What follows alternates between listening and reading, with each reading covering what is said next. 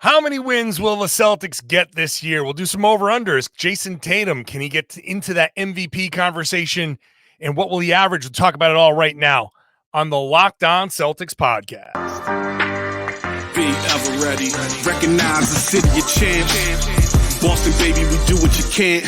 Locked on number 18, Tatum and Brown, J-team, step back. We gon' wet that and slay teams. Of course the Celtics, who else could it be? Screaming like KG with the Larry O.B. Karalis above average, assessing the team status.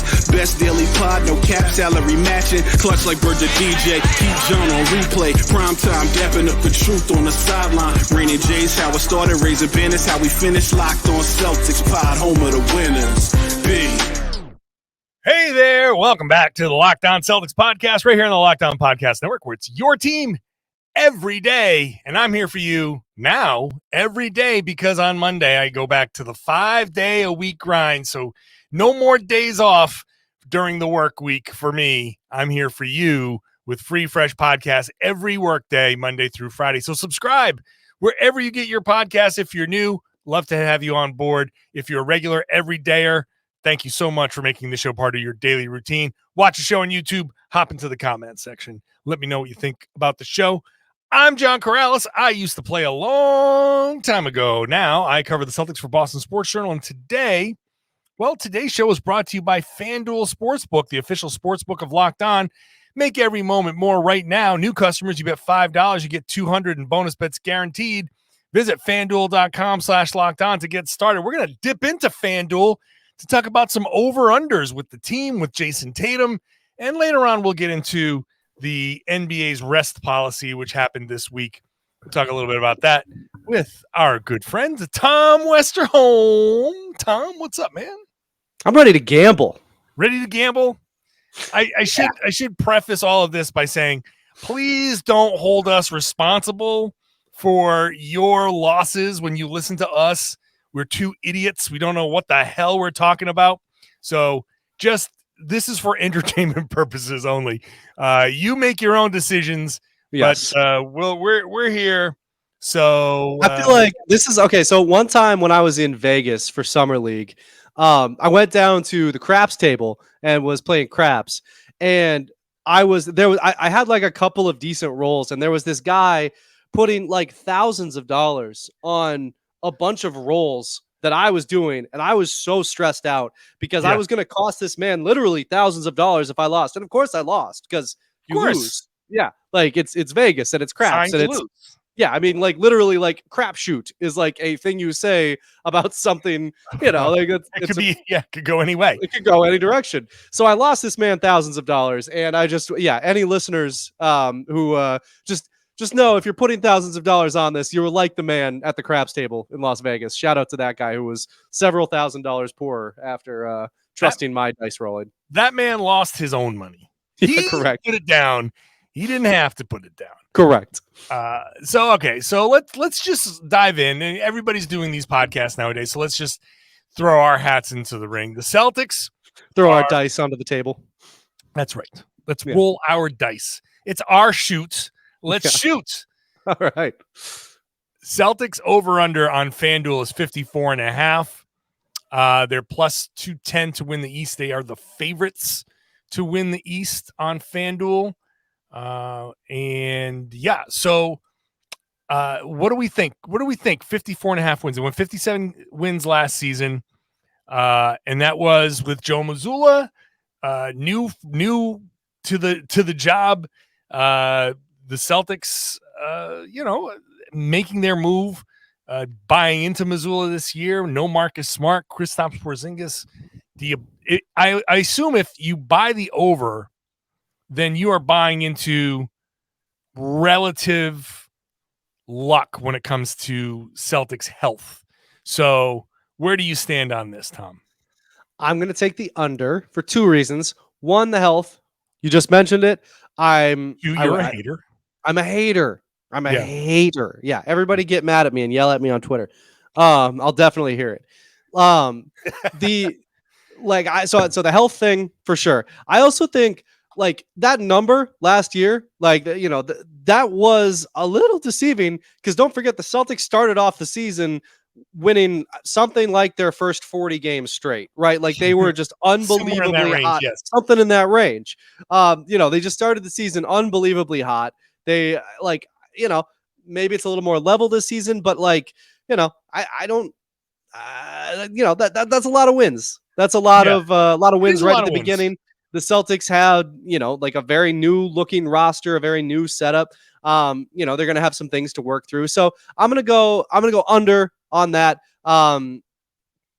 Yeah, I don't know. That's all the analysis. That's all the analysis I have. Yeah. Okay. So the 54.5 on FanDuel is the highest over under on the board. 53.5 is Denver, 53.5 for Milwaukee, and 52.5 for Phoenix.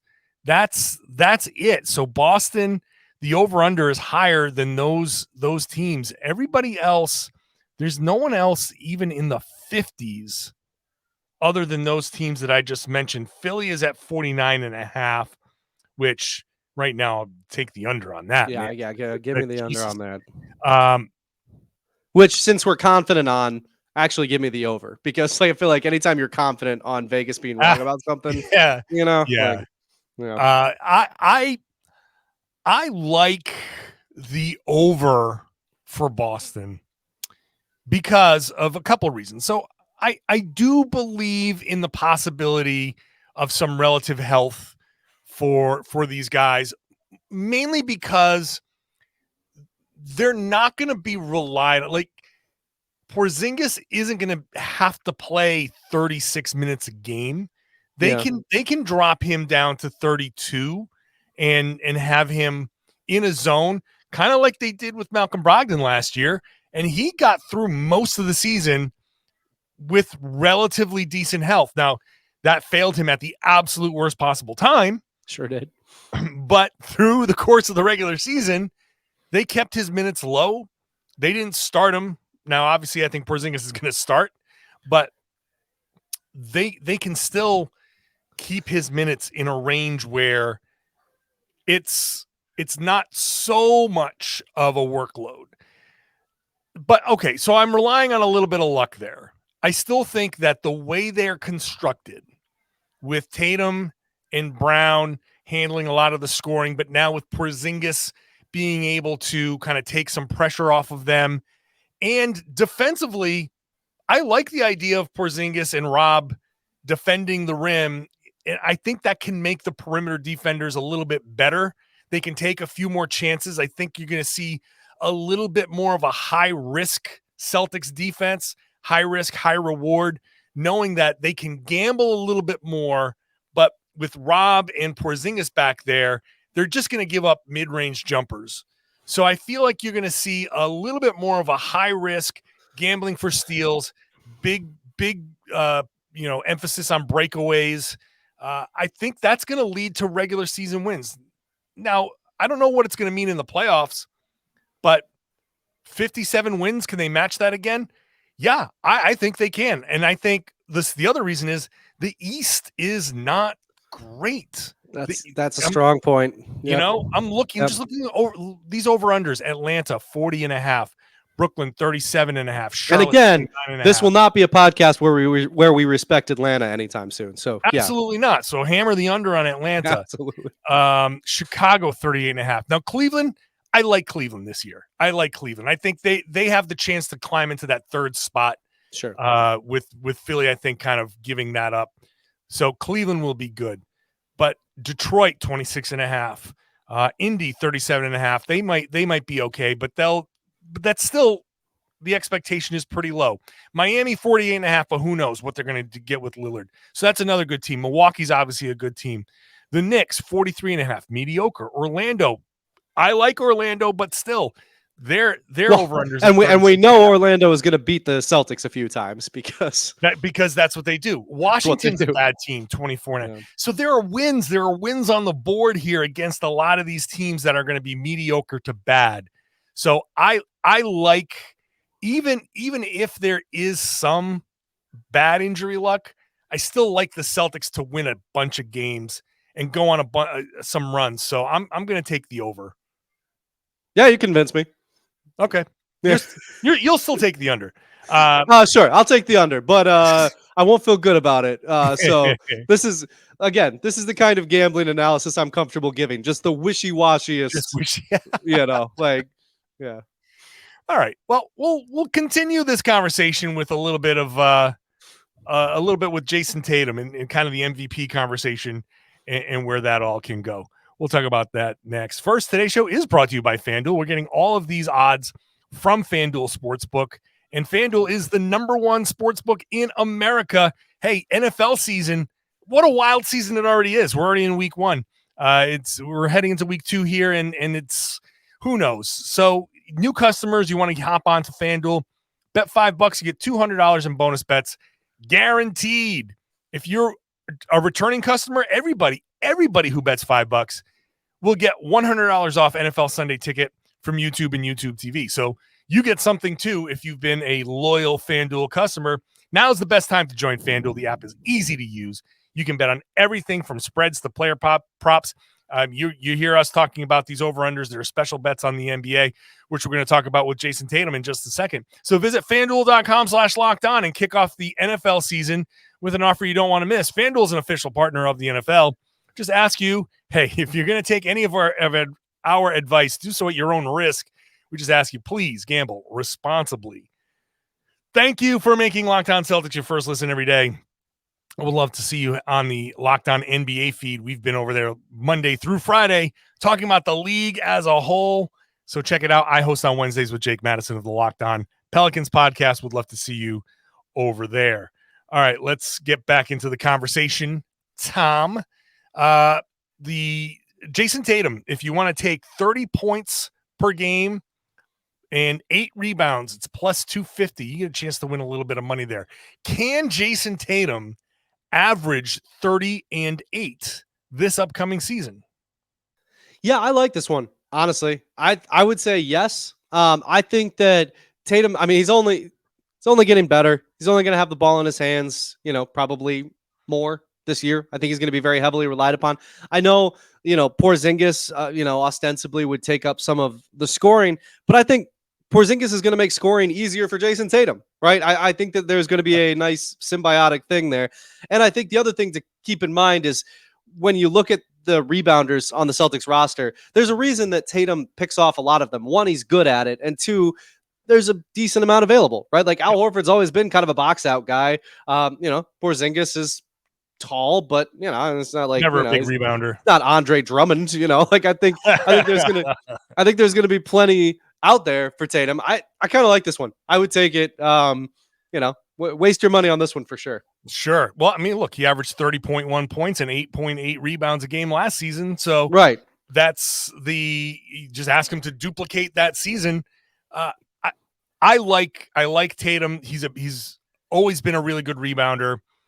The preponderance of 3-pointers makes the longer rebounds a thing, and that's why wings can go in there and rebound like Tatum does. Sometimes he's like the second biggest guy on the floor. He's not small. He's 6'10", man. He's tall. He's at least as tall as Rob. To me, I think he's taller than Rob now. I think he's taller than Rob. Yeah, I think so too. This 6'8" is crap. There's no way he's 6'8". There's no way. He's like 6'10", man. Yeah, absolutely. That dude is. He's 6'10", trying very hard not to have to play too much big man role. Like he doesn't. Right. Look, he came into the league as a wing, and maybe he came into the league at 6'8", 210, but sure, that's a wing player. Yeah. But if Jayson Tatum came out of, let's just say you clone him and he came off the G League Ignite, and you'd be like, oh yeah, that dude, that's your power forward right there. Yeah. That's a power forward who can, with a nice face-up game. Yeah. And that's kind of how he plays sometimes. So yeah, 30 and 8, no problem for me there. And that gets me into the MVP betting, because he's, I believe, 5th in the MVP. And I don't know, I've been talking about how he can get himself into, the Celtics need him to get into that top top 3. Like they need him to get first place votes, like people making the strong case for him to be a first place. He's my MVP this season. Do you think that Giannis, Jokic, Embiid tier? That's right. Yeah. You can be the top of the next tier, and you're an elite basketball player, but you can't lead a team to a championship that way. I don't think. Like you got to have everything work. Like Jaylen has to have everything working.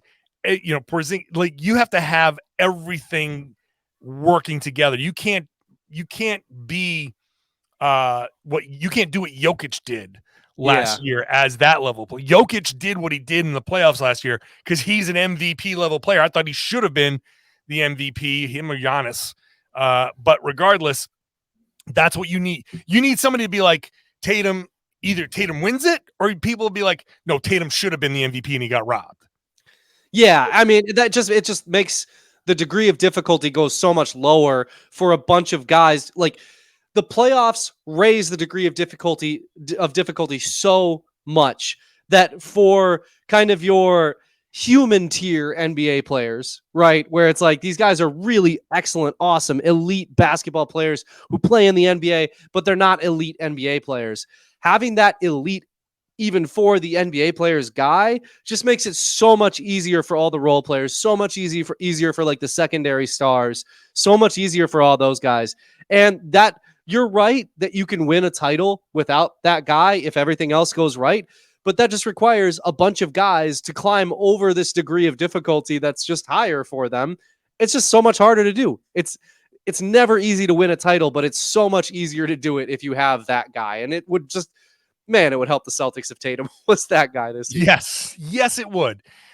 So your MVP odds on FanDuel are Nikola Jokic plus 450, Giannis plus 500, Luka plus 600. Luka always comes in with heavy MVP odds. I think the narrative, I think there's just kind of like if we're in like hurricane season, right? You know how like there's like a storm or like a depression. They're like, okay, we're watching this area off the coast of Africa. This could develop into a hurricane. We're watching that. This could be Hurricane Luka. Right. I'm watching that area. Could be Hurricane Luka developing it into an MVP. We're watching that. I think that's kind of everybody's waiting to see if he can make Dallas good enough where they can justify like, okay, no more Jokic, no more Giannis, no more Joel. Let's give it to somebody else. And they're just kind of waiting. And I think everybody's waiting on Luka to be that guy. And Tatum's got to be the Tatum and Luka thing is such an interesting comparison. Luka has that thing that I always like to talk about. This innate, born with it. He was just always going to be a megastar. He just has a thing in his brain where he sees things on the floor. He manipulates the game because it's just in his DNA. Tatum doesn't have that necessarily, but he has a skill set that he's grown into and the work ethic to grow into an elite basketball player. He doesn't have that little extra kind of thing. Agreed. Right? You know what I mean? I do. But it doesn't mean that he can't get to an MVP level. It's just doesn't mean he isn't currently better than Luka. Like I would listen to that argument. Yeah, absolutely. Yeah, absolutely. Yeah. But it's just, I don't know. It's like somebody who picks up a microphone and can just sing right away. Like, damn, no training, no nothing. And Tatum's the person who's gone to like Juilliard and who's gone to Berklee School of Music, and he's just like trained to sing. You could both be amazing, but Luka's just the kid who picked up the microphone at 12 and was just like belting out jams. Like, damn, this kid's got some pipes. He's a basketball player by like DNA. So anyway, Tatum, it goes Joel plus 750 and then Tatum plus 800. So he's not close to Jokic, but of the top 5, it's he's in that mix. Plus 800 for Tatum. If you want to throw a few bucks on him for MVP, throw 20 on that. That's not a bad return. No, if he gets it. I like that one a lot because I also think that there's like a narrative with Tatum that could be pretty easily crafted. I have a hard time. Yes. I have a hard time with Luka because I just don't think the Mavericks are going to be good enough. Like, all due respect to Grant Williams, but I just don't think that this Mavericks team is like it's going to produce produce an MVP. Whereas, like, if the Celtics are the number one team in the Eastern Conference, and like, really, if there's like something there in the regular season where you're just like, yeah, these guys are better. There is something there.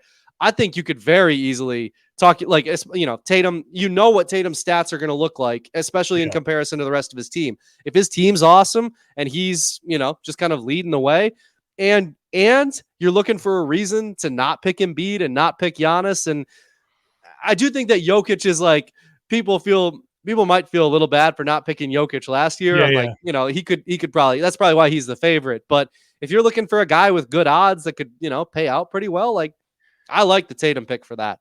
Here's what Tatum needs to do to be an MVP. Just statistically, he needs to get back to shooting 37-38% from three. Yes, that would be number one. That would be huge. Everything else stays the same, but he shot 35% last year on 9.3 attempts, which is the most of his career. Yeah. 2 seasons ago, he shot 38.6% on 7.6 attempts. I'd like to see him drop 1 or 2 attempts, pump up his free throws, take a couple more shots at the rim, and shoot 37-38% again from three. If he gets to that, just a little tweak, 2 more drives per game, 2 more strong finishes, 2 more free throws per game, and a higher 3-point percentage. Now we're looking at a guy who's scoring 34, 35 points a game.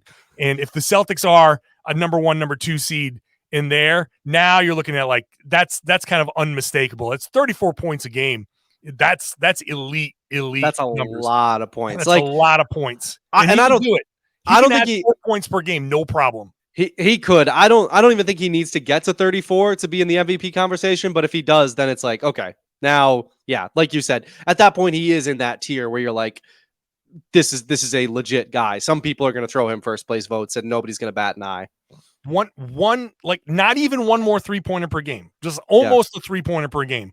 1 more 2-pointer per game, and 1 more free throw per game. That's it. Just change 2 or 3 shots per game.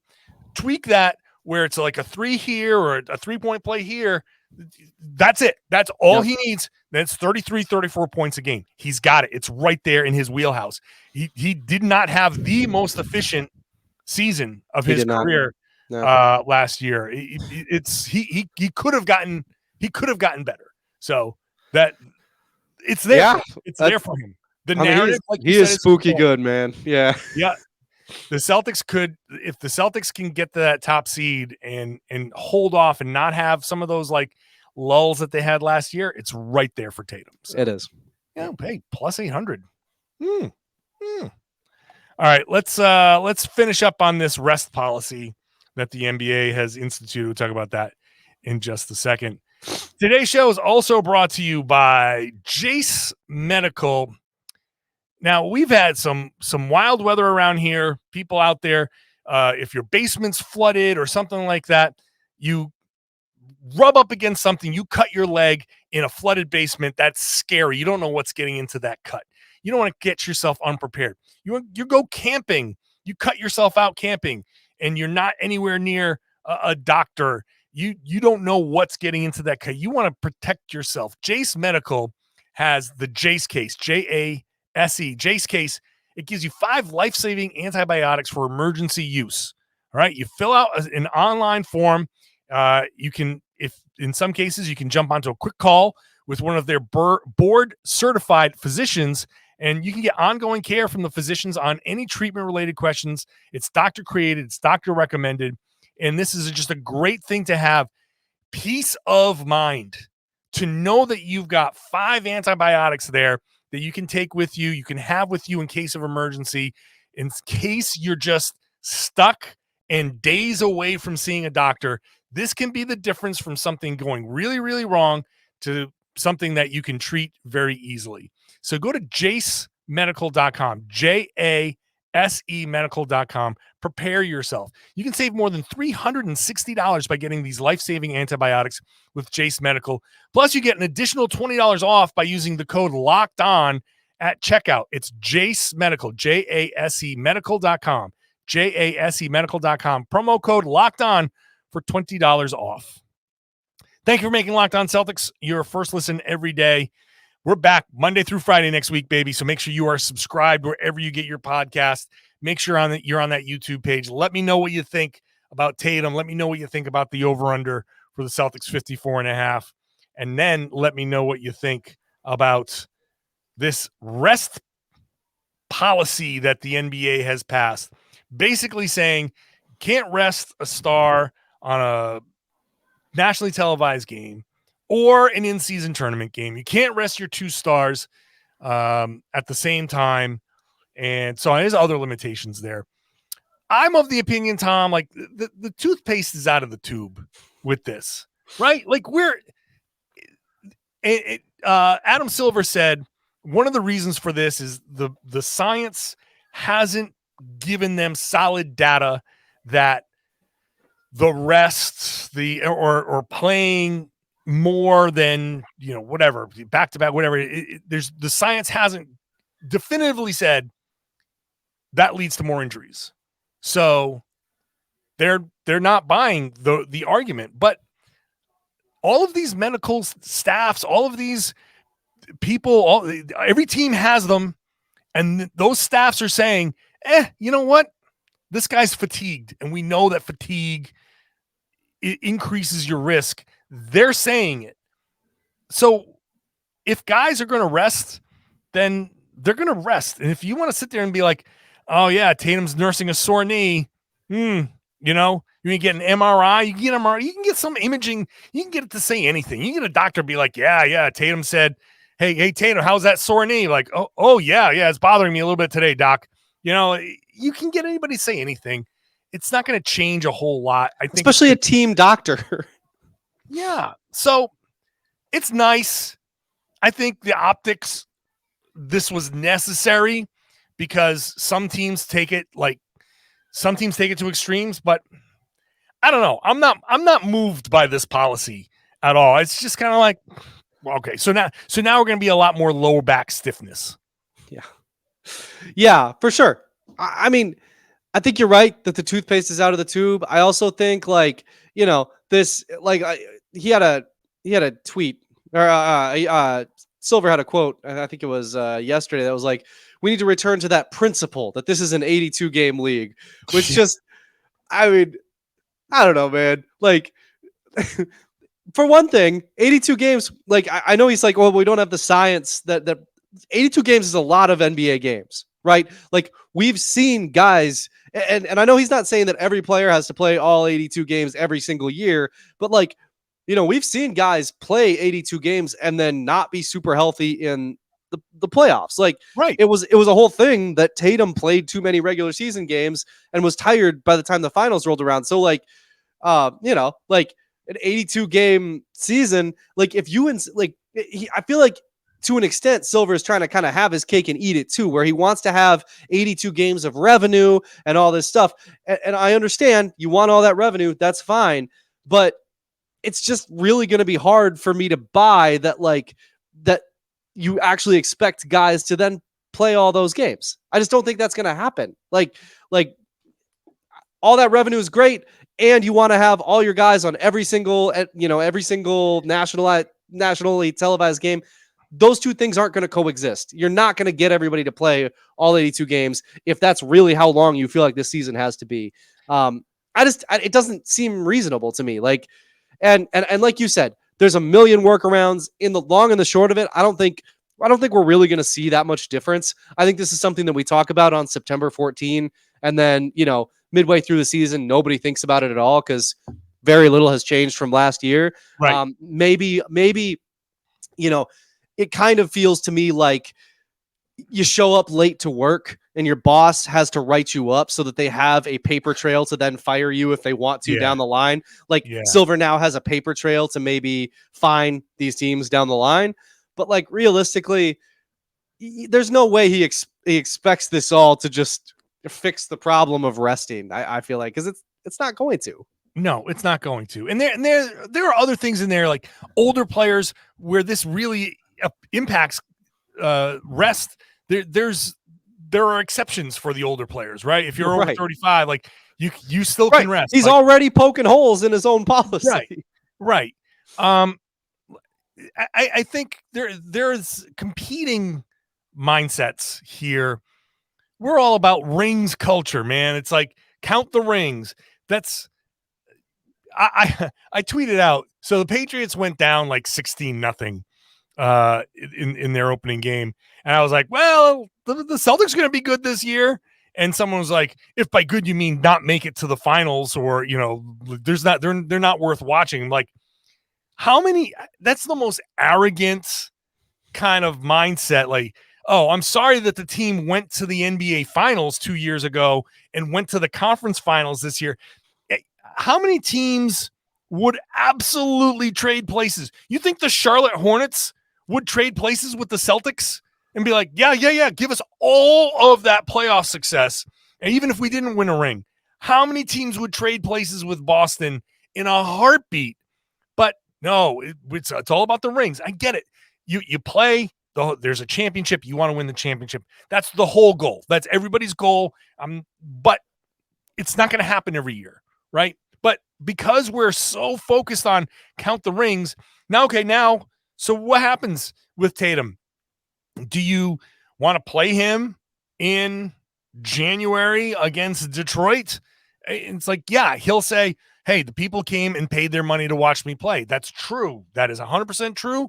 And that's something that, is an unfortunate kind of byproduct of this. But if you play him in these games and he gets hurt because he's overworked, and now 2 weeks of people don't get to see him because he played in that one game and he got hurt. What about those people? They paid their money to see Jayson Tatum, and because he has an excuse, well, he wouldn't have had that excuse if he just sat that one game, right? And if it lingers, or if the timing is bad, like the sprained ankle, but if the timing is bad, then maybe it costs the Celtics a championship. And then the whole thing becomes, why did they play Tatum so much? He was tired. He got hurt. And if it costs the Celtics a championship, then no one gives a damn about the family in January, because what everybody wants is for that family to pack up and go to Government Center and day drink while, the duck boats roll by. Not the kids. Kids shouldn't be day drinking, but the parents can. My whole point is, it's people want everything. And I personally am okay with the occasional, not overdone, the occasional, hey, he's played a lot. And this is the third game in 4 nights. This is an opportunity for Tatum to rest. He needs the rest. He's fatigued. We can read on our fancy instruments that he's really fatigued. Let's give him this day off, because everybody needs a day off from work every once in a while. It's not a big deal. I don't want to make light of the people who pay the money to go, because that's also very important. I don't want everybody to be like, but when you buy the ticket, it's possible that not everybody's going to play. It's just a possibility. You have to get ready for that. And if you go and he's not playing, well, just enjoy the game. Somebody else is playing. Jaylen will play, or vice versa. Or maybe it's a Derek White game. Just enjoy the game and have fun. Right. And I think that's the theory part. That's part of the theory, at least behind this rule too, right? Where it's like, okay, if these guys are relatively healthy, let's make sure that at least Jaylen is playing, right? Like, you can't rest both the stars. And like, sure. Like, I guess I don't find that to be extremely offensive or anything like that. Like, yeah, fair enough. Like, if you're a Celtics fan, and like you said, you go to Detroit and you're a Celtics fan, you're not there to see Jaden Ivey or whatever, then yes, right, you would like to at least see Jaylen. Fair enough. But I think, larger point. I think your larger point very much stands, though. It's like not much is going to change. Not much is going to change. And also you have to consider the 2 weeks after that. You can run any counterfactual you want, but the truth is, like, guys are probably more likely to get hurt if they're fatigued. And if a guy's getting fatigued, he needs to rest.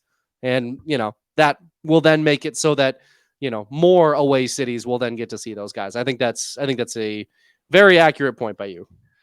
Well, I'm going to end the podcast there because I don't make very many accurate points. So I'm going to end it on the good one. Especially in a gambling podcast. I mean, look, that's you got to take your wins when you can get them. That's right. All right, Tom. Always appreciate you. Thanks for hopping on. Man. Yep. And I thank everybody for listening, for watching, for making this show part of your daily routine. If you're new, welcome aboard. Love having you. This is a lot of fun. This is a daily podcast now, Monday through Friday. So if you're into that, you want something to listen to on your way to work, while you're getting ready for work, while you're getting ready for class, whatever it is, you got it right here, wherever you get your podcast. Want to watch the show? Pop on the YouTube page. You everydayers, people who do this on a regular basis, people who are always interacting with me, love you for it. Love that you're doing that. Now, I would love it if you share the podcast, spread the word, tell your friends, tell everybody that they should be listening to and watching the Locked On Celtics podcast. It's right here on the Locked On Podcast Network. It's your team every day.